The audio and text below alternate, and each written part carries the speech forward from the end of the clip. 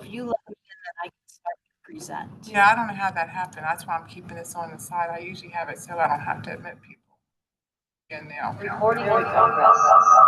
Gotta mute yourself. All right, I'll take care of that in a minute. I think we're good to go for this part at least.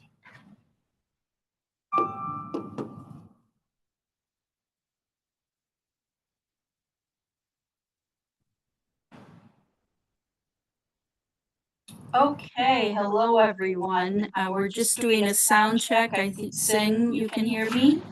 And Maria, and you can see me? Okay, very good. We're having a little bit of technology issues in the room. So this is our in-person meeting. So we've got the rest of the board is here. We'll be presenting the slides, but in the interim, until we get started, what I'll do is I'll present from my laptop, and then we can at least get the meeting started. So I'm going to pull up the agenda.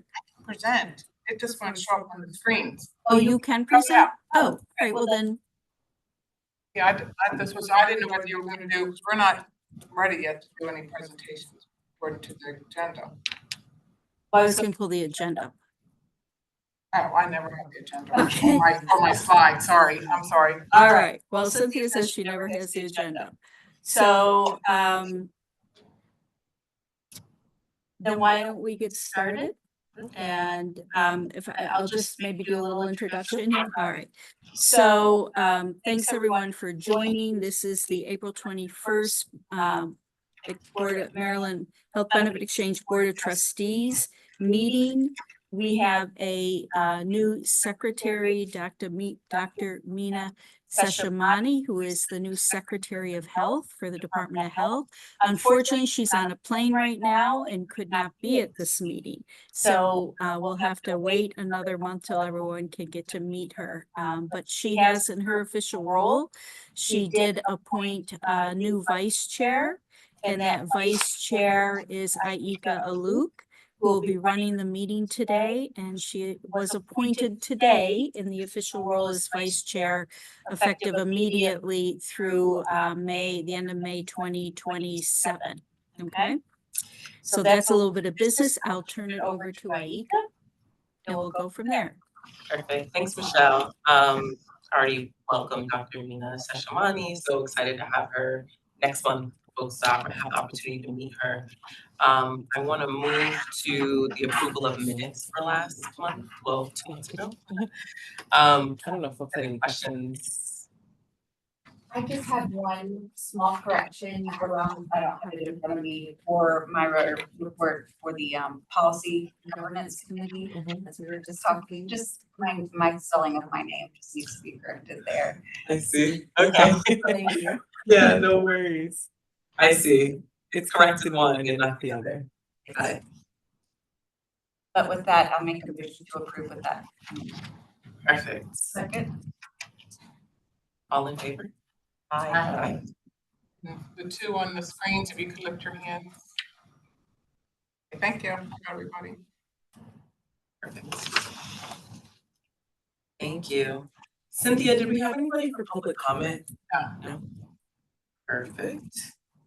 That moves us to the board committee reports. Sing. Good afternoon. Can you hear me okay? Great. Sing, can we hear you? So Can you hear us? Thank you. Finance and Audit Committee met Can't hear on you. April 14th. And this was my Can't hear last meeting of the Finance and Audit Committee. Can the others online hear Sing? Say that again? Yes. Okay, so it's us, Nora. Yes. Can you hear me? Muted. All right, so let me put I had mine muted. Whoops, hold on. Maybe we can hear it through here. But then we're getting echoey. Cynthia, is Echo. yours? Lots of echo. Okay, now we're good. You're good? Mm-hmm. Great. Okay. Finance and Audit Committee met on April 14th, which was last week. And this was my last meeting of the Finance and Audit Committee. We meet quarterly, and my membership at my role with the board will be ending before that. And I wanted to thank everyone for the support that the leadership, the exchange leadership and staff has given me over this period.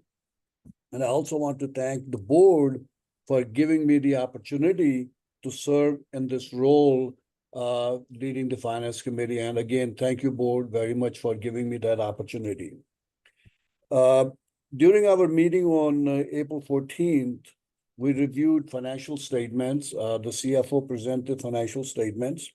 And some of the key highlights was that the payroll, the actual payroll was about 1.2 million over the budget. CFO explained some valid reasons for that. There was a vacancy factor. The vacancy factor for the exchange is below what was anticipated, what's for the state, meaning people are staying for a longer period of time and there are fewer vacant positions. That's a good thing to have, but that had an impact on the financial statements. Also, the COLA factor has not been added yet to the budget. And also there were 6 new IT positions that were recruited. And normally the positions are budgeted at step 0, and to attract good individuals, sometimes you have to negotiate a higher salary. And again, that had an impact on the salary budget. Also, the total consolidated service center costs exceeded the budget by $1.28 million due to the public health emergency related costs that lasted longer than originally it was anticipated. And young adult subsidies have doubled due to legislative lifting of the $20 million ceiling, and that had an impact on it as well. Staff also presented the compliance and audit report, the status of OLA, Office of Legislative Affairs, findings, and corrective actions being taken by the leadership, and they're all making good progress towards that. And also the last item I have is the privacy reporting, the mitigation measures to the risk of high number of produce incidents is being closely managed by the leadership as well. That completes my report. And once again, thank you, Finance Committee, staff, and leadership for your support during last several years. Thank you, Singh, for your service and always giving us comprehensive report outs for the meetings. Thank you. Any questions for Singh? No? All right. Moving on to Michelle for Executive Director update. Thank you. Well, a lot is still going on, mostly at the federal level, as we know, and that's where our big risk and challenges are coming from. But before I move into that, I will just give a little bit of update on some happenings at the board level. As Singh indicated, he and Dana Wekesser will finish their double 4-year term, so 8 years serving this board at the end of May. And we're so appreciative of their commitment of 8 years to the Board of Trustees. So we have them for one more month, one more meeting, but that will be coming up the end of May. And Michelle, if I may, not trying to interrupt you, when the next board meeting occurs, I will be traveling, and it's possible I may not be able to attend that, but I will be at the airport and try to join if I could. Okay. All right. Well, thank you. We'd love to have you on. We do have their replacements. Oh, okay, hold on. We're getting. Okay. Oh, no. Get out. I can get out. There we go.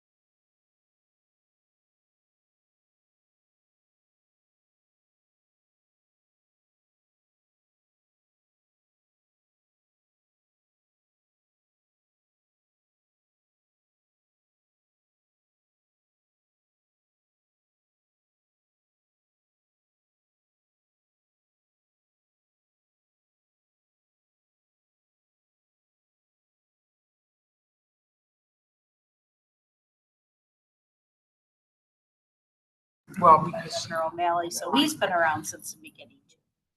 So really excited to have them. The next board meeting, as we just talked about, be May 19th. It will be a virtual meeting. Remember, we do not have a June board meeting, and the July board meeting will be all day, and it will be in person. And I think it goes, we do 10 to 4, 10 to 5. And that's an in-person. And because we have so many new board members right now, we will have a good portion of that committed to training this year so that we can all get on the same page and do some good training and strategic planning. So that invitation's been sent out. It will be in over at Anne Arundel Community College, which is a nice location. We've held it there for 3 years and it works out quite well. All right, so now on to our federal update information. As you all are aware, I'm sure from news, Dr. Oz has been confirmed as the CMS administrator, and he will join the administrator, Peter Nelson, the SSIO administrator, which oversees the work that we do.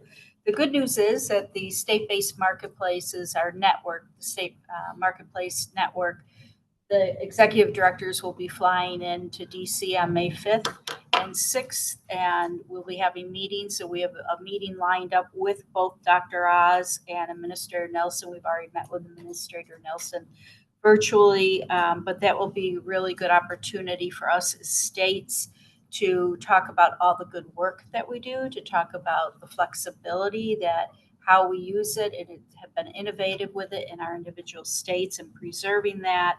And hearing more, particularly from Dr. Oz, we have a good picture from Administrator Nelson on what his thoughts are, but getting a good perspective from Dr. Oz of what he's looking forward to in the marketplace sphere. So that's coming up. The other item that has recently happened is the 2025 Marketplace Integrity and Affordability Proposed Rule that was submitted, and that again comes out of Administrator Nelson when he came on board, and of course he brings his thoughts and ideas of what he's looking for, puts them in this initial proposed rule. Much of it is all about program integrity, making sure that people that need health insurance are getting it, but again, and what we've heard a lot, making sure that there's no fraud, waste, and abuse going on, and looking to mitigate that as best as possible. So that rule was proposed. Comments were due by April 11th. The exchange did submit formal comments to that, and again stressed the state flexibility. One of the items in that, it would be to shorten the open enrollment time period from January 15th end date to December 15th. We did for years and years, did it December 15th. So mechanically, it's not a problem, but from a consumer standpoint, it is a problem. Marie Grant, our insurance administrator, insurance commissioner, was very instrumental in helping get the governor to join another letter with other governors that the NAIC was championing. I think it came through that. It was not the NAIC separately. So the NAIC did their own letter, and then I think it's 5 governors with state-based marketplaces who are concerned about flexibility, including our governor signed on, highlighting I think a couple of the key concerns that are in the exchange letter. So that's excellent that we had, not only from a state exchange perspective, but from governors with multiple governors. So thank you for your involvement on that. Let's see. The other, the big things we're keeping an eye on from the federal level, and again, none of these are surprises. We just have to see where the winds are going to blow on them, is the Medicaid funding reduction. Whether or not the funds we get through Medicaid for our IT work, for our consumer assistance work, anything we do that touches Medicaid, we get funding from Medicaid. And right now, those funding splits are, whether it's 90-10, meaning the federal government pays 90, we pay 10, 75-25, 50-50. And if any of that goes away, clearly it will affect our ability to operate in the same way that we do today. So hopefully not, that will stay intact, but those are things we're keeping an eye on. The other is the expanded Medicaid population. Maryland was one of the states that did expand up to 138% of FPL. That again comes with federal funding match of 90% for that population. If that match is reduced, that will cause a significant issue in our state in terms of funding and in terms of coverage. And so more to see what happens with that. I know we ended this session with the legislature pretty much figuring they will be coming back into session before the end of the year to take care of whatever comes out of this. And then the other big one for us, which we've talked about a lot, is the elimination of the expanded tax credits, which we know if Congress doesn't take action by the end of the year, that will sunset. And we know that we would lose a lot of enrollees that have planned or are taking advantage of that expanded tax credit. Now, the good news on that is through this legislative session, we were able to get a bill passed that will allow us to use some of the subsidy funding for a state subsidy program. And our team, in collaboration with MIA, are working very closely at looking at that, looking at what that would mean, what it would entail, how much we could backfill, for how long. So those are still questions left up in the air. But it would allow some buffer, but likely also not make up the full amount, which means likely we would also lose enrollment. So I'm just making a public announcement now that I would not be surprised if we end up looking at a lot of loss of enrollments in 2026 if the federal government stays on the path of some of the things that we just mentioned. So we will do everything we can, obviously, to protect all that we can in the state of Maryland, but those are our risks. And then let's see, just a couple of agency updates. We have our Broker Achievement Awards happening on Thursday, May 1st. And a big thank you again to the Maryland Insurance Administration for underwriting this broker award ceremony this year. So we're really appreciative of that. And Very Finest Insurance Commissioner will be speaking at that event. So you're all welcome to join us, board members. If you haven't RSVP'd and you're interested in joining, let us know. And with that, I will just end with the other really good news is that MHBE continues to be fully staffed. So we do a really good job of making sure that we get positions filled. And our whole leadership team does a really good job of making sure our staff feel very appreciated and know what the mission is and know what we're doing. And we are rewarded by having full staffing often. So thank you to our teams for that and to especially our staff that does all the work. Yeah, I'll end. Take any Thank you. questions. Any questions? I'm just curious about some of the strategies. Like I know every state is trying to figure out with Medicaid potential cuts, what options are sort of available to minimize, I guess, the fall out of sorts is what I'll say.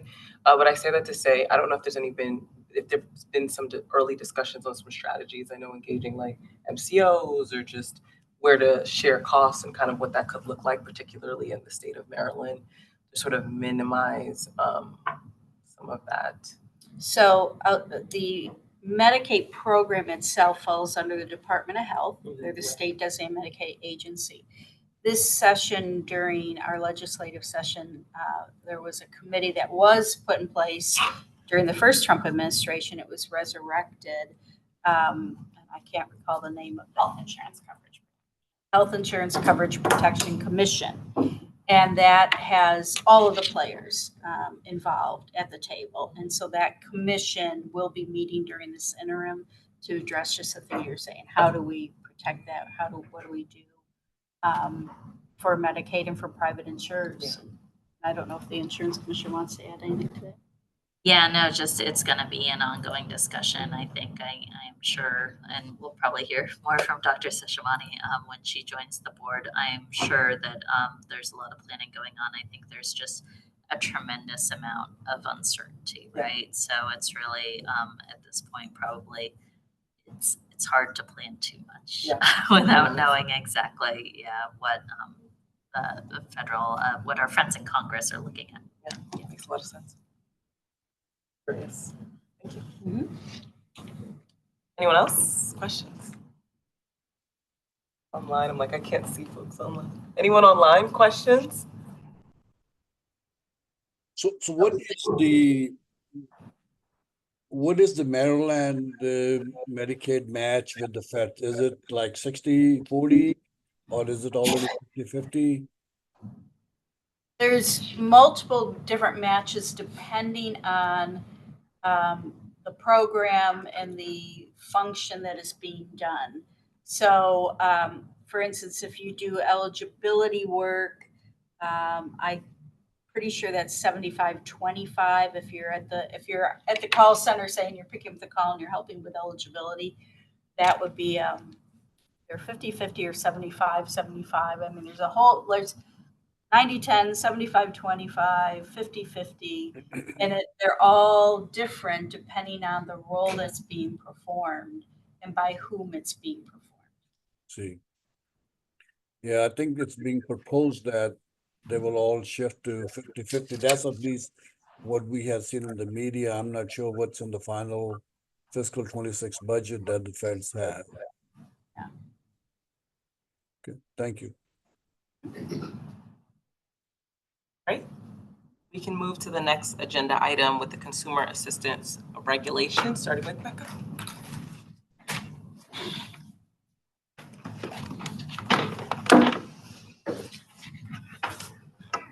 You've got a panel of us here for this one. Hi, Johanna Fabian Marks, Director of Policy and Plan Management. I'll just briefly mention something to tee us up and then hand it over to Becca and Tamara. So we're here to talk about some updates to our consumer assistance regulations. We sent the slides and the proposed regulatory text in the board materials. Subsequent to sending out the board materials, we caught a handful of technical changes that we wanted to make to the regulatory language we were proposing. So they don't change the intent, or they're pretty minor wording tweaks, but I will go over those a little bit later in the presentation, just in case you kind of reviewed that proposed regulation prior to the meeting. I want to make sure that the board is aware of what's changed and what we're bringing to you today. And our hope is that the changes will be minor enough in your eyes that you'll still be comfortable approving the regulation for proposed publication. But so we'll return to that and I'll hand it over to Becca. Good afternoon, everyone. I'm Becca Lane. I'm a Senior Health Policy Analyst for the Exchange. And today we're presenting some proposed regulatory updates for the Consumer Assistance Program. And I'll hand it to Tamara to discuss the context for this change. Hello, everyone. My name is Tamara Gunter. I am the Director of Consumer Assistance. So when the program first started, we only had a few hundred brokers. We now have over 2,000. When the brokers come in, they normally just do a training and they can bypass, not even, some people complete the training in one day, a couple of hours. They bypass the information. We're getting so many complaints from the consumers that mistakes are being made. And we know it's because brokers are not knowledgeable. They're new brokers, right? So in saying that, we thought that it'd be best for them to be able to take the training and be able to test and take the training and pass the test, right? Because that tells us that you understand the information. You can't just bypass and just move on to the next training session. We did talk with some of the brokers. We meet with them on a regular basis. They were pretty excited about this. They didn't have a problem with it. I don't think we had any public comments about it. Zero public comments about it. So they were definitely comfortable with it. We feel that this regulation would help with the mistakes that's being made. They will know policy. And again, we have very new brokers that this is their first job. So just making sure they understand the material, because, you know, we're messing with someone's lives here, and they have to be able to make sure they choose the right program, the right plan for the consumer. So this just helps them with that. Thanks, Tamara. Thank you. So as Tamara mentioned, we've been having this issue, and so we have a regulatory proposal that has two main parts that are new. One would be, as Tamara mentioned, to require the producers, brokers to pass an exam in order to be authorized. And then the second piece is to allow MHBE the discretion to refuse to reauthorize producers or brokers that have a record of misconduct. And then in addition to those two new items, we, while we're at it, decided to codify some existing policies in the regulations. And so, yep, as Tamara mentioned, it didn't receive any negative comments. So Cynthia, on the next slide, please. We just have a summary of the proposed changes. As I mentioned, the two new ones at the top, and then a list of the codification of existing policies. So so the only consumer assistance workers that do not have to pass an exam to become authorized are the producer brokers. And so for the existing requirements for navigators and application counselors, we're making sure that our policy for the training and examination are properly codified in the regulations. And you can see the corresponding parts of COMAR there. And then also, we discontinued our captive producer program, so we're just removing references to that program in the regulation. And then I think before we move on to the next slide, we're going to go to the appendix, Cynthia, and Johanna's just going to go over the updates. Quick question: the captive producer captive. What? Can you go back to that one? Captive producer program, is that basically what you have now? So the captive producers is when a producer works for only one insurance company rather than selling all plans. And there was within statute, when the exchange was founded, sort of a pilot authorization to allow captive producers. That statutory allowance for that had a sunset date, so it has since sunsetted. We had very few captive producers working with the exchange in Maryland, and kind of philosophically felt it was best for consumers to work with producers that are representing and available to sell all plans to them. So with the expiration of that statutory authority to operate it, we decided not to, as an exchange, pursue with the legislature the ability to extend that program, just let it sunset and remove the references from our regulations. Thank you. Johanna, it might also be helpful just to give context of MIA and the regulatory authority over brokers, and how are we weave into that, because there is an overlay. Sure, yes. MIA has kind of the primary regulatory authority over brokers to set their standards to work in Maryland and oversee their training and continuing education requirements to maintain their license, kind of authorized by MIA. So in order to be authorized by the exchange to sell exchange plans, you first have to be authorized by, licensed by the MIA. Then you take an additional training and meet requirements established by the exchange to sell plans on exchange. And so the additional piece here is they were already required to take the same training that navigators and our other consumer assistance workers take. They just weren't required to take the test at the end of that training. So now we are asking them, we will be requiring them with this proposal to take that same test that everyone else who kind of assists consumers through the exchange takes. And it's the same training and test as the navigators. Yeah. Everybody's on the same page. Everyone's on the same page, yeah. Well, that makes sense. Yes, we thought so. So here highlighted in blue, we have the technical adjustments that we made relative to the version that we sent in your board materials. So I'll just briefly identify those. In provision D4 here, you can see we added the word calendar. It just wasn't specified. So it was unclear if it was calendar or business. We added calendar. In D6, you can see 12 months is highlighted. That previously said calendar year, but it's a little vague if it's like from December 2025 to January 2026. Does that mean a calendar year? Really, we intended 12 months, which is the language we use in 5 above it. This is relating to the amount of time someone must wait before retaking the test. If they've failed it 3 times consecutively, they have to wait 12 months before they can retake the test. So yes, previously that read they must wait 1 calendar year. That's the change there. Next slide. I don't think we had any adjustments to this part around requiring producers to pass an exam to be authorized. So this is the language that we had sent out. The next part allows us to decline to renew a producer if they have demonstrated misconduct. So we had a couple small tweaks to this language relative to what we sent. You can see in B4, we just added this text. This wasn't in the version we set. So complete the annual training requirements. That was in your version. Then we specified set forth in COMAR with the COMAR citation. So just citing back to where those training requirements for producers are. And then in B5, we really just kind of wordsmithed this in conjunction with our legal counsel. The intent is the same.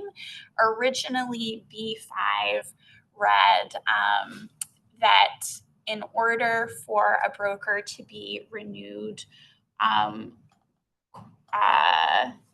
they could, quote, not have their renewal application denied as described under Section E of this reg. Now it says that the holder of the producer, quote, is not denied by the exchange for reasons set forth under Section E of this regulation. So really identical meaning, just a slight change in wording as advised by our legal counsel. And then the next slide. Here we are, as Becca mentioned, codifying the existing training and exam requirements for our application counselors, which are community organizations that are not navigators, often hospitals who have staff on hand to help individuals enroll. And those staff can be authorized through us as application counselors. They are currently required to take a training and pass an exam. We were just cleaning this language up to clarify it a little bit. In doing so, we inadvertently omitted that they had to take the training that all consumer assistance workers are required to take. So we, again, relative to the version we sent out to you, added that meet the training and examination requirements. That is really no change from what's already in regulation. We were just changing the way that it's worded in regulation now, and don't want to, accidentally omit their requirement to take training. So that's all of the tweaks that were made to the wording of the regulations compared to the version that was in your board materials. And I'm happy to answer any questions on that before handing it back to Becca to wrap up. All right. Great. Thank you, Johanna. You could go back. Yeah, to the timeline slide, please. Yeah, so obviously today we are talking about the proposed action and asking for your vote on that. And then our hope is that we will have these regulations final by the time, by August, so that they're in effect before open enrollment. So that we can, make sure to address this problem before we go through another open enrollment period. So that puts us discussing this again during the July meeting for a vote on the final action. And then in the interim, we will follow the steps that we always take to have AELR review our proposal, and then have the Division of State Documents publish the proposal in the register and have a public comment period. So I think on the next slide, we have the motion. And I can pass it to our vice chair. I was actually, so Sure. when you asked the question, if we had any questions, there was no question, I promise. And then you started talking and they started coming. And so just a few points that I was thinking about to offer. So for the folks you had mentioned with the misconduct, and that's sort of what started this whole thing, is there an opportunity to offer sort of a graduated disciplinary action? Would it automatically turn into them being banned or terminated? I'm just curious about sort of where that could fall, because to your point earlier, you went from 200 to 2,000. So I'm thinking of the reach of folks to meet people's needs across the state.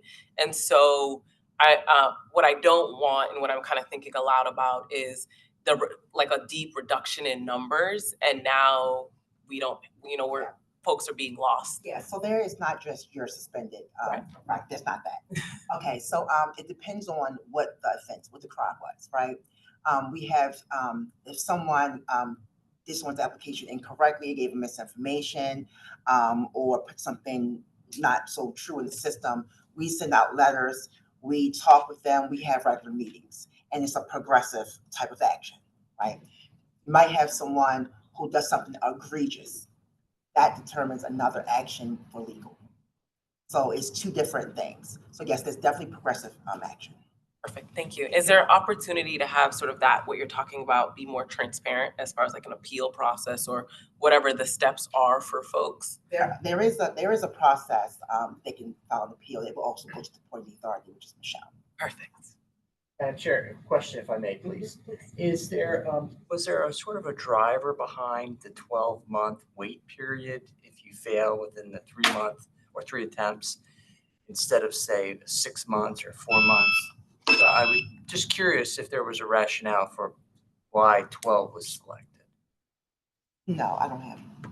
Yeah, I think that was driven by a conversation with our producer operations division. I think they felt that that was a reasonable waiting period to give folks time to review the material, brush up, and sort of understanding that we have we're in the good position that we have very many producers, so we can afford to be a little bit choosy and try to make sure that we just have the ones who really know their business working with the exchange.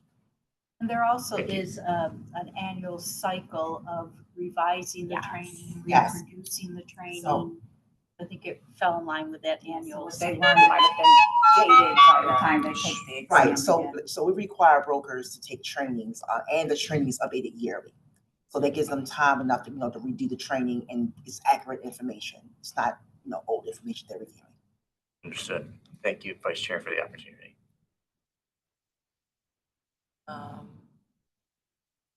Questions online?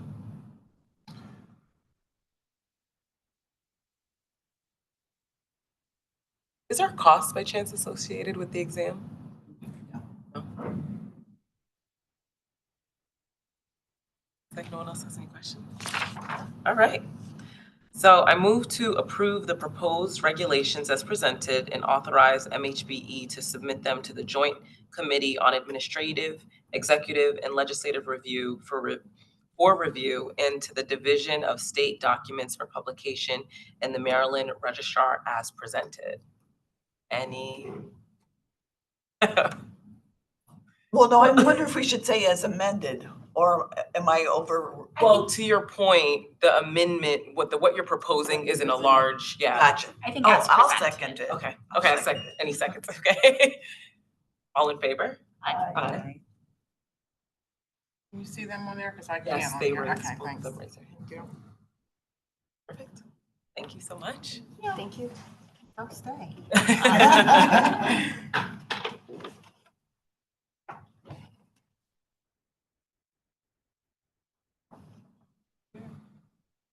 Okay, Tamara Show. Thank you so much for allowing me to present. I want to present the Consumer Assistance Contract Review Period. And this is for the language line, the fulfillment center, the call center, and architecture entity grants. So let's start off with the language line. So this service offers professional language assistance to Marylanders and help bridge the gap for individuals to get assistance. This service is very crucial to consumer assistance and to the consumer workers. It provides the best possible assistance for consumers. I also will let you know that this is the cheapest. It is very efficient. So we piggyback off of a state contract, and that's how we're able to get the cheaper price. We have tried to go and solicit other prices, but it was much larger than piggybacking off the state's contract. So it's very well, cheaper. In previous years, we had FY25, it was 250,000, and it's remaining the same, 250,000 for fiscal year 26, where we're seeking. So the funding split is 44% federal and 56% state. Half of our calls, of course, are Spanish related. The language line has handled 295,783 calls in fiscal year 24, over 290 languages. It's very efficient. We have least complaints, and everything seems to go smoothly with the calls. With the language line. Any questions? I have a question just about mechanics. So are this language line usage, are these all calls that come in through the call center and then they get? Call center, consumer assistance, the navigators, we all use it. Okay. Yes. Okay. Anyone can use it, yes. So just anyone who needs assistance. Yes, can get anyone who needs referred from any assistance, of yes. You can call the number and they click on the phone with the person, and it creates a much better. The consumer is able to actually know what they're getting and understand it. Next slide, please. Motion. Any questions? Anyone online? Right. I move to approve the request that the board approve the securing of language line services through the state contract with the Board of Public Works in the not to exceed amount of $250,000 for FY26. Have a second? Second. All in favor? Aye. Aye. Thank you very much. Sing. Oh, did he? Okay. Okay. He's gone, but Maria's okay. Maria, yeah, raise your hand. Thank you. Still a quorum. Thank you. Okay, thank you. The next is the Fulfillment Center.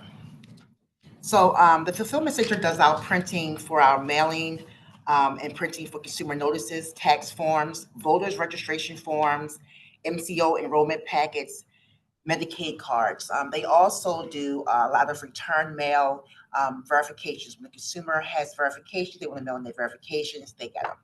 When a person address may have changed, they did not notify the exchange. They also do return mail, which means scanning the mail in and uploading it to the system. So we will know that the consumer has returned mail. So when someone talks with them, they can say, hey, can you please change your address? We want to make sure that their address is accurate on file.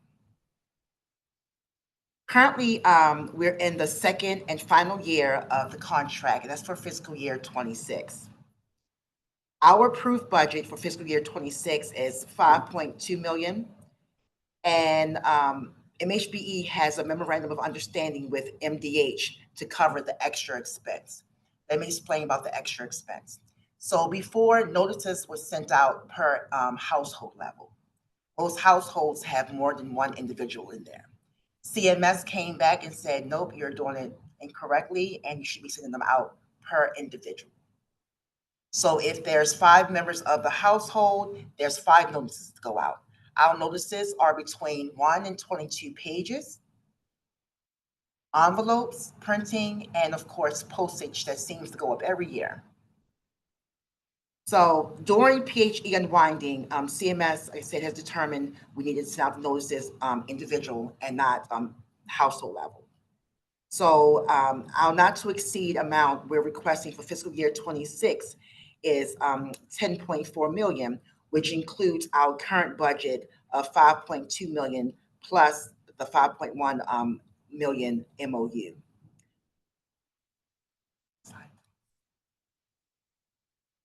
Any questions before we do the motion?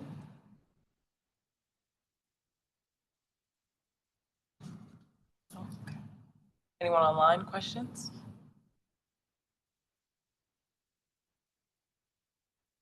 All right. A motion to approve to exercise the second and final option year of a 2-year option contract with Art and Negative Graphics for a not to exceed amount of 44 numbers are blending today. 10,444,175. You have a second? Second. All in favor? Aye. Both. Thing is back, and yes. Yeah, you brought the number. Did I did? Okay. That's why I was like, Oh. numbers were blending. All right, let's go back. You want me to reread again? The number. Okay, so I move to approve to exercise the second and final option year of a 2-year option contract with Art and Negative Graphics for a not to exceed amount of, let's get this right,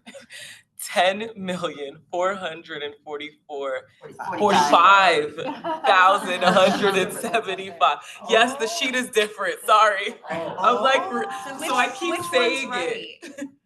It's 40, it's 5, right? 400, okay, No wonder. yeah. Either way, we got it right the second time. That Okay. motion was Yes. 4:45. 445, like, what do I say, 44, yeah. Okay.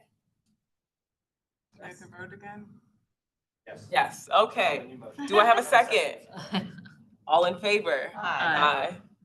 Okay. There we go. Same It's still just Maria, correct? Yes, Sing- both. Sing is gone. No, Sing is here. Oh, he's there for this one, but Yes. not the last one. No. Okay. Thank you Alright. so much. Of course, thank you. Whew, all right, next one. The call center. Next slide, please. I'm sorry. Okay. Wait, oh, Chair, sorry, did you acknowledge the seconding? I don't know if I caught it. She did. I think Yeah, oh, she did? Yeah, Okay, I did. All right, I didn't hear that. Okay, the call center. Our vendor currently is Maximus Health Service Incorporated. The current contract amount is $79,472,068 for a 5-year term. We are currently in the year 1 of the 2-year option term that runs from July the 1st, 2025 to June the 30th, 2027. The funding split is 39.8% state and 60.2% federal. This is a 5-year contract. Again, 3 years was the base and 2-year option term. Tamara, I need a clarification on that because it was a 3-year base term. And was it 1 2-year option or 2 1-year options? It's 1 2-year option, Got it. but we're in the first year of the option, Of the first 2-year of the option. first 2-year option. So that's why we're only asking for 1 year. We're only asking for 1 year, but we had, Second year of the 2-year option. yes, but we had to, the way the contract reads, and Blake, you can help me with that. With the contract reads, we had to put the 2-year option in there, because that's the way the contract reads. Yes, the contract, the period of performance for this contract is as it reads up there. There is a base year that begins July 1st, 2022, and then it's a 3-year term. It's just a single option to renew for 2 years. And today, the agency is coming to ask for fiscal year 2026 funding, which is the first year of that 2-year option. Do we have to, because the board has to exercise the option, period. Yes, But this is a 2-year option, period. yes. Does the board have to exercise the option for 2 years and then the funding for 1 year? Yes, the 2-year, yes, today you have to approve the taking of the full 2-year option, but the agency is only asking you to approve the not to exceed amount for just that first year of that 2-year option, but you do have to approve the agency taking that 2-year option. To exercise Yeah, that. to exercise that 2-year option, which is a Not unilateral, allowed. yeah. Okay. But we're only, I guess, tomorrow, I guess the finance people can speak to more of, the uncertainty of costs and things like that in the future beyond the next fiscal year. But my understanding is the agency's only asking for the first year approval of that budget for the first year of that 2-year term. But you do have to approve the agency exercising the full 2-year option. I will just go ahead and say though that part of the contracts, as all state contracts, they can allow for termination at convenience of the state. If at some point the board decides, or the agency decides to terminate the contract, it can be done so in the future as well. And then the not to exceed amount doesn't mean that's the contract amount. That means that's the not to exceed amount. I mean, it could come in at 50% of that. That is That's correct. what we spend.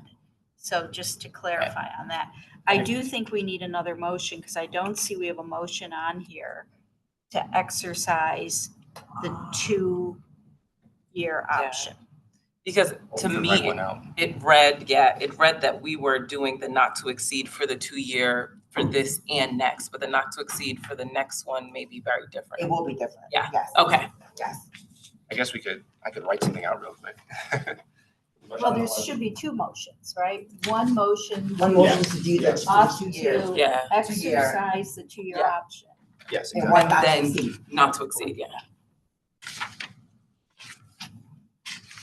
While we're sort of getting that up, just a question about the 2-year option.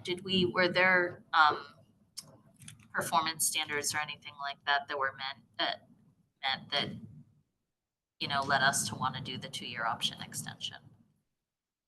Well, it's all about, honestly, about the pricing, right? We put this out before, and the amount of money that came in for the other contracts were way more than what we're paying now. So just think about putting this out there. It could open you up to paying a lot more, which we know right now the state does not have. And I'll expand on that a little bit. Maximus has been our vendor for many, many years. And they have been a good partner with us. We've done, they've helped significantly when we need help. There have been challenges. We've addressed those challenges. We are looking at new RFP when the time comes. But for this period in time, the service that we need them to perform, they have been performing. Some of the service levels in terms of I'll get into that in other slides. I'll get into that and talk about the challenges. Thank you. Okay. We have challenges. There's always challenges, right? Okay. But I'll get into that in other slides. I'll just type that out. Okay, so I've got the motion for the exercising of the 2-year. 2-year option. Okay. I don't know, I'll just bring it up. In the meantime, I'll keep going so we can talk about Thank it. you. You're fine. Sorry, Tamara. You're fine. Perfect. So we'll do the first part. I move to approve the exercising the 2-year option with Maximus Health Services, Inc. for the Consolidated Service Center from January 1st, 2025 to June 30th, 2027. Do I have a second? Second. All in favor? Aye. We don't have Singh, No, sir. but Maria put her hand up. Perfect. Thank you. So basically, I want to talk about the call center, how everything's funded. So Do we need to approve the not to exceed money? Yes. No, She needs to that's at the get end. and she has to Okay, get through. all right. So we just did the I'm first. not ready. I'm not ready in a second. Sorry. Yeah, that's at the end. That's fine. It's at the Pause end. for a second. Yeah. Okay, thank you. Okay, so the charges for the call center, is one base price fee per month, and then per call. We have 2 tiers. There's tier 1 and tier 2. You see tier 1 is $8 and some change, and tier 2 is $13. The call volume is normally split between 78% tier 1 and 22% tier 2. We also have chat capability, which is $5.06. And we have been using probably about 22,000 chats a month and you see the numbers over to the side, we have a lot of calls. In the fiscal year of 21, the calls was 11 million. The cost was 11 million. You see how the calls were like 925,000. And now you see fiscal year 25, and we're not even just projected. We haven't even done 25 yet, and already we're over 1 million. And you see the cost has gone up significantly. And that's due to the high number of Medicaid calls that's coming in. Next slide, please. Quick question. Sure. The per chat, is the chat done by a human or AI? A human. Okay. Yes, human. No, human. Is Okay. best. That We wanna makes make more sure- sense. yes, we Like, wanna why make sure- pay AI Yes. $5.06? We want to make sure that individual is still getting a worker assistance, whether you're calling in or, it's still the same thing. And we do have some AI stuff coming Oh, up. though. sure. Okay. Sure. Okay. The call center services, like I said, inbound calls, live chat, social media, broker connect, outbound calling, just to name a few. Telephony, IVR, and the courtesy callback. But I want to get into IVR really quickly. Next slide, please. So, some of our successes. Maximus definitely demonstrates a full understanding of our program and our mission, and they're willing to meet our initiatives. One of their successes I think they have is the Genesis telephony system. It's a robust system, and it allows my team to actually go in and pull the calls and listen to the calls, which we do daily. Okay, we do secret shopping, whereas though we call in from random numbers like we're a consumer, and we see what information that we get. If we get the wrong information, we document, and when we call Maximus, hey, your worker just gave out the wrong information. We need this person, counseled on what they should be saying. Then we also make it a robust training session, because if one person is missing it, it may be more that's missing it. So that supervisor and that trainer has to go on the floor and give everybody a transmittal on what can be done better, make sure everybody has the correct information. Responsive for policy changes and system updates, quality feedback, conducts and complies with the SOC 2 audit and the MARSI audit requirements, which they have been very, very successful at. Our challenges: difficulty fulfilling new requirements and expectations without modifying the contract. Because the contract is at a certain amount, honestly, they nickel and dime for every time they want to have to perform a different task. And that can be challenging when you're dealing with contracts. Another thing is the heightened workforce turnover. So it can be because of the competitive labor environment, but it also can be because of the pay that the workers are getting. So currently, they have the guidelines, 51% has to be Maryland state workers, and the other one can be anyone out of state. So, it's really hard to retain the staffing when they're paying $15, $16 an hour, when really you can go to Amazon and make $20, $22 an hour. I mean, really realistic. So that has been really difficult. And when you think about that also, think about training. When you have a cycle of different people coming in, you lose the lack of knowledge that you would have. And that creates errors and different things. Again, we do audits on all of their cases. We have one person who does audits all day. So we're able to identify in real time things that's going wrong and try to rectify the situation. Maximus does acknowledge some of the issues, and they try to work on it quick as possible. We do have a say-so in key personnel for Maximus. So we make sure we look at resumes, make sure the person has the knowledge that we want them to have. We have background checks. My contract monitor looks at all the background checks, and she has to approve it before the person can even take the training.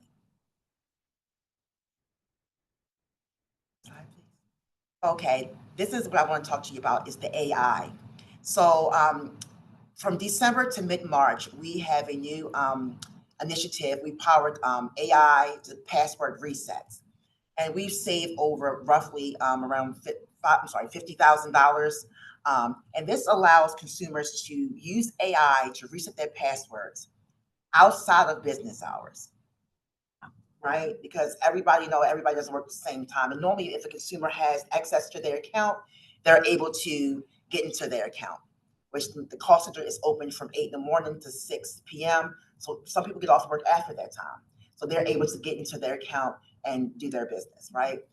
We also have another initiative coming, AI-powered call center feature for case status. You know how you call the bank, you get your, of course, as you've been identified. Call the bank, get your bank statement, you know, the bank balance, which account you want.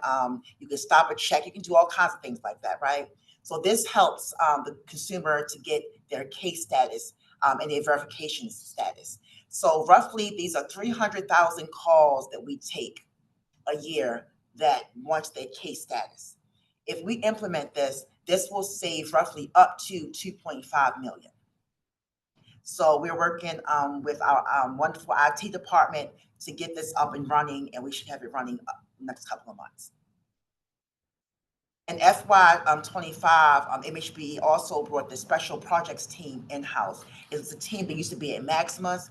We brought them in-house to make the experience of escalations go much quicker. MHBE saved in state funds.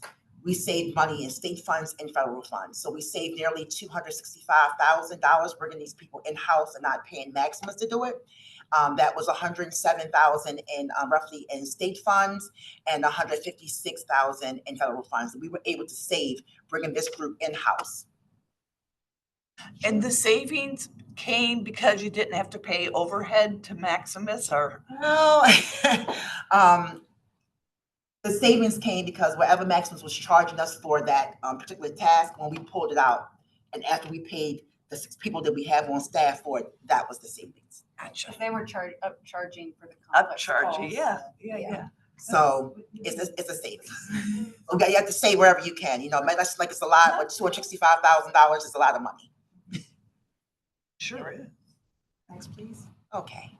And we're asking for a motion to a not to exceed amount for the first option year of $13,034,802 for fiscal year 26. And I'll turn it over to our Madam Chair.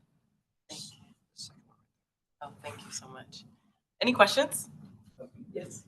Madam Chair, a question on the differentiation between Tier 1 basic and Tier 2 more complex. Sure. Is that decision made during the work stream? Is it made by the actual person on the call?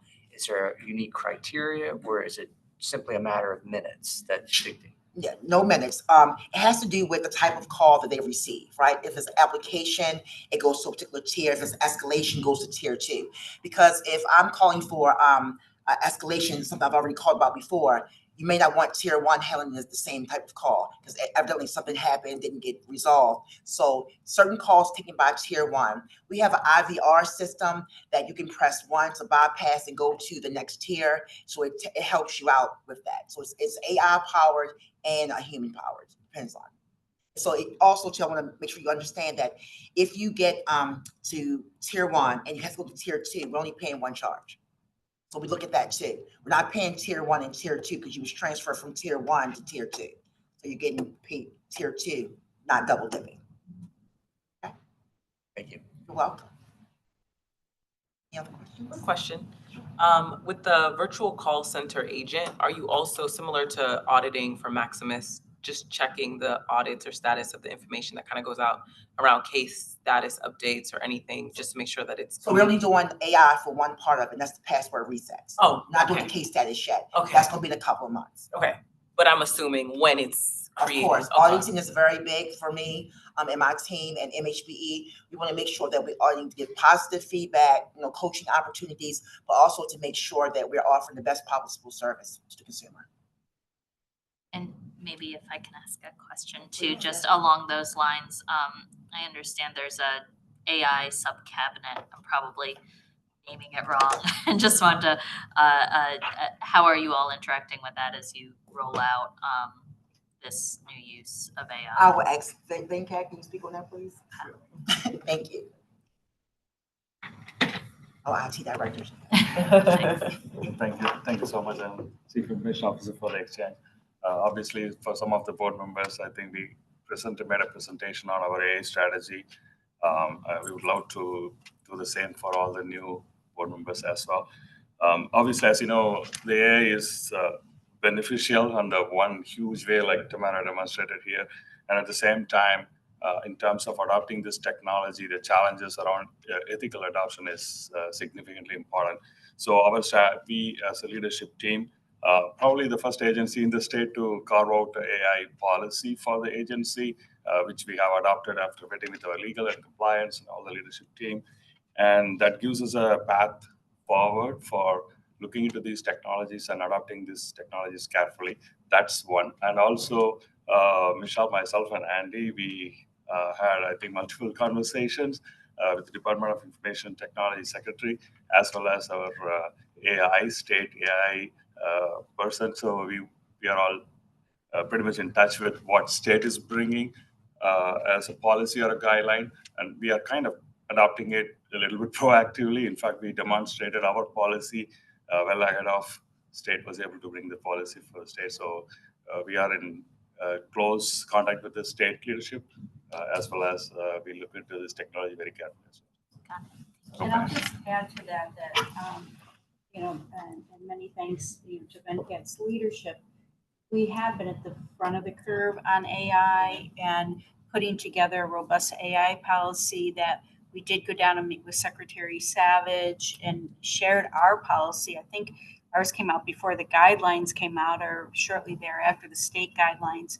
We also, in recognition of the work we've done, and when we did our budget hearings and we talked about the work we did around AI, we got a formal request from the cybersecurity work group led by, and I got that name wrong, I'm sure, Senator Katie Fry-Hester and Delegate Ann Klass, and they wanted us to share with them examples of what we've done. We shared our policy, we've shared examples. So we're not at the table of that work group you're talking about, but we are connected to all the points around it. Thank you so much. Thank I'll you. turn over to the Madam Chair. Perfect. No more questions online? Thank you, Venkat. All right. I move to approve a not to exceed amount of $13,034,802 for the Maximus Health Services, Inc. Consolidated Service Center contract for fiscal year 2026. Have a second? All in favor? Aye. Aye. We have Maria. Singh is gone. Singh is figured no he sing, was, yeah. okay. Thank you. Thank you so much. Of course. Perfect. All right. One more? One more. One more. Almost there. I told them I was gonna be here for a minute. Okay, this is the tough one right here. Okay, so the CE grant modification and extension. So currently the CE grants were put in place, is through June 30th, 2025. That's through our current agreement with the CEs. We are at our the last year, and we're supposed to put it out for solicitation in April. That being said, we got new requirements from CMS. It has our grants have to go through a special process now. It's the same process that the contract had to go through. So this is all new. This is our first year of exercising this. So what has to happen is we have to send it to CMS before we do approval and before we even put the solicitation out. There's a timeline we have to go through. And then once we get that back from them, it will take 60 days, up to 60 days. We have to send it back to them again. Once we do the award, that's another 60 days. So right now we have two things that I'm asking for in this particular request. And this is for a contract modification and extension. So because, like I said, because CMS has a newly communicated review process, we have to begin our approval in April, but it's not going to be until late September now because we have to do the timeline that CMS has set forth, and that's their review process. And then, so then in October, would you put the RFP out for? I'm going to get to that part. No, so we're asking for, right now, we're asking for a 3-month extension. So having the program continue is very important for Medicaid and qualified health plans, because you're talking about 100 navigators in all counties, boots on the ground, assisting consumers getting signed up for healthcare. We're talking about the meta areas. I can tell you that this year's enrollment in meta areas uninsured rate went down because we had these individuals going to meta areas, like I said, helping individuals get signed up, whereas though they weren't any representation. So not having this group of people out there would be, would be crucial to MHBE and to individuals not having access to care. To maintain operations, we're requesting a 3-month extension of our current CE contract that we already have in place until we can get CMS to approve the actual RFA. This is a grant, not a procurement. And then so we will go through a timeline, and that timeline is also on here. The new contract anticipated to go into effect October the 1st. We have our legal department, 2026. We have our legal department working with, should be 2025, not 2026. Yeah. Right. We have our legal department working with the CEs going over the agreements to make sure we have agreement. We're not asking for any extra financing. Next slide, please. Again, adjusting our staffing to meet the needs and of everyone in all of the counties. Next slide, please. Okay, so this is the counties right here that we have. All of these areas have what you call meta areas in these counties. Again, not having individuals set up in these meta areas or taking them away from these meta areas will be definitely hit hard to the communities. The 21, I want to just tell you the 21215 zip code, which is Baltimore City, Sandtown. We know not having health insurance in that area is crucial. Hagerstown, so just so those areas, we want to make sure, the Eastern Shore, we want to make sure that we keep someone in those areas at all time. So that's why I'm asking for the extension to keep this contract moving forward until we are able to secure everything with CMS. You have a question? I saw your eyes. Yeah, please. I have a few questions. Of course. I'm sorry. Please, no, go ahead. Some of them are clarifying because I'm newish and still learning. So are these federal grants or state grants? It's both. It's both. It's state and federal money. Okay. So what we're planning on spending now is state. We're not authorized to spend any of the federal money. Tony, you want to comment? Okay, you want to come and talk about that, please? That part. We're projecting to spend state funding, not federal funding, because we don't have approval to spend federal funding due to the new requirements from CMS. Okay. So, I want to just clarify in the CMS thing, because this is something new that we've experienced this year. And it's not new to states, but it's new to Maryland. Mm-hmm. We got a new, meaning the state Medicaid agency, MDH, got a new liaison to CMS, Kirti Patel. You may have heard us talk about Peg Hare many years. Peg Hare was there for lots and lots of years. Kirti Patel came in. Her style is much different than what Peg Hare's was, where Peg Hare didn't require a lot of information and making sure everything is detailed. Kirti does. And so what the exchange had not been doing was anything that we get any federal funding for has to go to CMCS, the CMS branch that oversees Medicaid. They have to review it. They can take up to 60 days to review it, and they have to approve it. And they're supposed to approve it before we even put the RFP out. And so it has really, you know, how nimble and quick we are, it's really shifted us back. So now we're having to comply with it because the risk we take is if they don't approve it, then we're on the hook for total state funds. So that's the risk. And anything Medicaid, going back to those portions, we could get up to 90% of federal funds. So if those funds go away, some of it we can't pick up. So that's kind of the new trajectory. And the other thing I was going to say is we send in advanced planning documents, which is basically a budget. Yep. The advanced planning documents basically spell out everything we're going to spend, what we're going to spend it for. And in the advanced planning document, there was $10 million for the connector entities. CMS has always approved the advanced planning documents and said, it's okay, your funds are approved.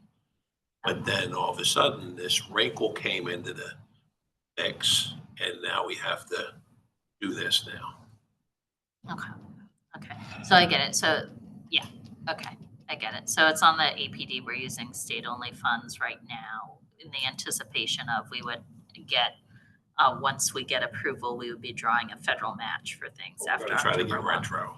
Okay, okay, We're gonna use state funds initially. okay. Okay, I just want to go over the wards and see how the counties are broken down right now. Thank you, Tony. The counties are broken down right now. So for this year, unfortunately, we do not have 10 million. We only have 9.2 million. So what we're asking for is the 2.3 for the extension. That is based on the 9.2 budget, not the 10. Because we want to make sure that we kept everything within budget, even though we're asking for the extension and modification of the contract. Any questions on that part right there? Mayor, what happens if that 9.2 goes down? As far as funding, then that's money we have, that's money we're not spending. So, you know, it's just money we're not spending. We do have other areas, I guess we can use the money for, like the call center that we know we're going to be over budget for, things of that nature. And just because we have the 9.2, I mean we're spending 9.2. This year's RFA is going to be a little different. And I'll get into that right now. We have something what we call evidence-based. We want to make sure that when we're giving out grants for the need, like the areas, the hard-hit areas, the areas that actually need the grant, the areas that's doing a lot of the sign up. I'll just give you an example. You have, what I did was I had my team put together how many enrollments were done per year, and I divided it into the amount they were getting, right? That tells me how much we're paying per enrollment. So, of course, some was here and then some was here. I want to make sure we kind of bridge that gap some. So I'm making a few adjustments to the RFA. Some of those adjustments, it will definitely save us money. Some of those adjustments that I plan on making is salary caps for grantees. They're making totally vast different salaries. Some of the things I'm going to implement is making sure that we are not doing the work that a local health department should be doing or DSS office, because it's basically a no wrong door. So example, if I'm coming into for a redetermination and I'm at the health department, 3 of our CEs are actual health departments. Why can't the health department handle that redetermination? Why is that going to a navigator? Not so they can handle it, but we have to have a no wrong door process here. I have been working with MDH Warren on making sure that there is no wrong door. Language should be going out to the DSS offices and the actual health departments to make sure everyone is on the same page. So therefore, we don't have the money right now to pay to give out trinkets at events. We need people out there with their computer signing individuals up to make sure no one is left behind. Everyone has access to care. But those are just some of the things that I'm trying to do, trying to save money. So it's 9.2, but of course my goal is always to try to go under. I would just hesitate to blanket a number of enrollments per year and a cost per enrollment, because in the rural areas with how widespread it is and the lack of resources, you have to spend more money to reach. That is different, right? So that's different. I'll use AHAC West as a difference. That's a different situation. AHAC West is a rural area, and it's different because they have to they need mileage. They have to actually go to the person. So all that's taken into consideration in the RFA. Yep. Any other questions? Any questions online? All right. So I'll turn over to our Madam Chair. All right. I move to approve the request to approve a modification and extension for a period of 3 months to all of the current FY25 connector entity grant agreements and a total award for the connector entity grant for the 3-month extension period, July 1st, 2025 through September 30th, 2025, in the amount of $2,300,000. Second. All in favor? Aye. Yep, Maria, yes. And I will come back to the board once the RFA and CMS approve that. We'll come back. Perfect. Thank you. All right, thank you so much. Thank you so much. All right, we're turning it over to Ben.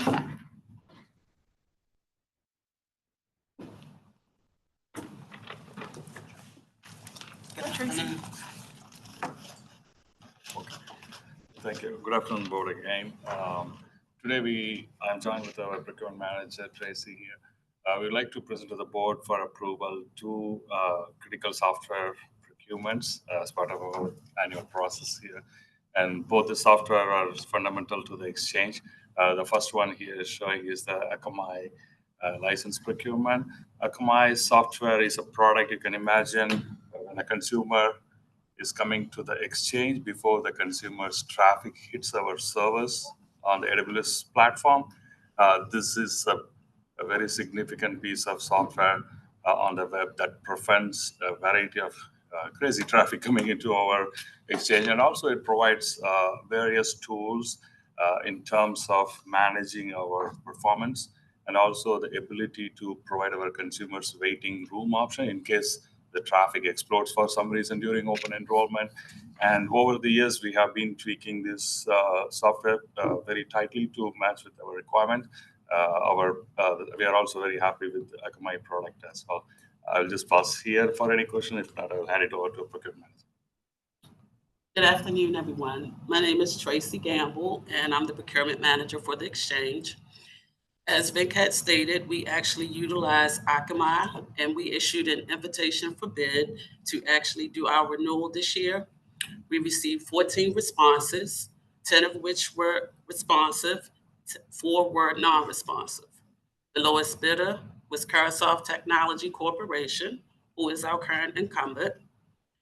Their bid amount for FY25 was $457,680. And this year's bid as well is the same dollar amount, $457,680. The license period is for July 1st, 2025 through June 30th, 2026. Next slide. We have a federal and a state participation of 66% for federal in the amount of $302,068.88, and 34% state participation in the amount of $155,611.24. Now, the other items that are listed here are what we actually utilize Akamai for. Are there any questions?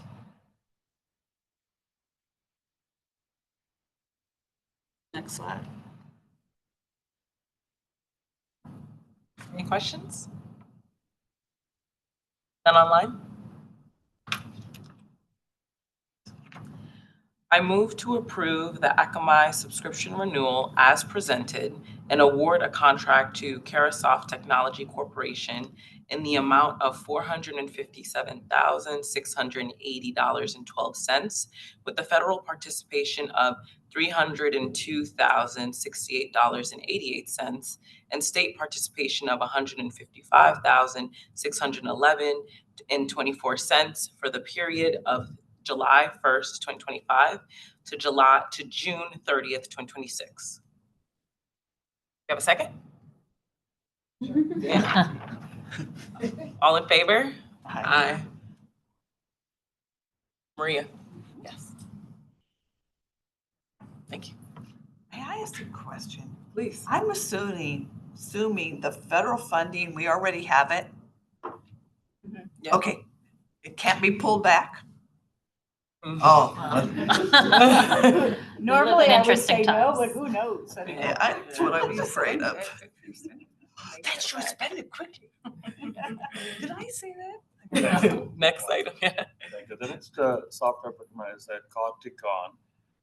This is the core rules engine for the exchange. So all our Medicaid QSP 10 and all our policies are kind of condensed into hundreds and thousands of rules within this platform.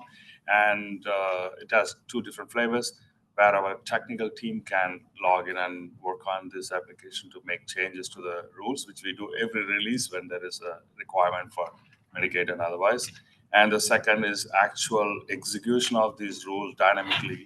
And consumer comes online and selects various data requirements the exchange asks for, and then submits for eligibility for determination. So this is one of the foundational software for our exchange. Few years back, I just wanted to give a little bit color. A few years back, we did explore other options for these software, including Akamai that the board approved just now. And so far, we are comfortable with the software and seem to be the best in the quality in this space. So we would like to continue to utilize this software as well.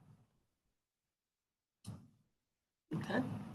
We issued another invitation for bid to renew our Porticon business renewal. We received 11 responses, 8 of which were responsive, 3 were non-responsive. And the award to the lowest, we're asking for award to the lowest bidder of vCloud Tech Inc., who is not the current incumbent. As a matter of fact, our bid from last year we only received 1 response, so it was considered a single bid. And this year we've done better by receiving the 11 responses. Our current price is $438,356, and the actual amount that we're asking for FY26 is $428,659.76 for savings of $9,696.24. The license renewal period is August 1st, 2025 to July 31st, 2026. Next slide. We had another federal and state participation rate of 66 for federal, 34% for state. The amount for federal is $282,915.44. The amount for the state is $145,744.32. Are there any questions? You mentioned that it's a different awardee, right? It is. Okay. Did that awardee apply by chance? He did. Okay. He did. You want to know where he came in at? I would like to. He was number 2. Oh, okay. Any other questions? Online? Yep. Perfect. I move to approve the Corticon subscription renewal as presented and award a contract to vCloud Tech Inc. in the amount of $428,659.76 with a federal participation of $282,915.44 and a state participation of $145,744.32 the period of August 1st, 2025 to July 31st, 2026. Have a second? Second. All in favor? Aye. Aye. Maria. All right. Thank you so much. Yeah. This brings us to the end, right? To the end. But I would like to make one comment if I might, because Yes. I omitted at the beginning of the meeting to recognize David Sharp, who is the new acting executive director for the Maryland Healthcare Commission. So welcome. This is your first meeting. Yes. Welcome. Thank you. And Stefan finally officially retired. Maria and I were talking about that. Yeah. I was like, is he really? Yeah. So welcome. Well, thank you very much. It's a pleasure to be here and meet all of you today. Thank you so much. Yeah, when I saw you, I said, Ben, pull the cord, huh? So welcome. Thank you so much. Anything else from everyone? Perfect. I move to end our Board of Trustees meeting. Do I have a second? All in favor? Aye. All right, and no closed meeting was required, so here we are. Thank you so much, everybody. Thank you. Bye, everyone. Perfect. Yeah. It's- Thank You you. didn't look Yeah, easy. first one. Thank you so much. First one done. Yeah. Yes. Was it clear to me? It was called Pick Pick. I like that. Coverage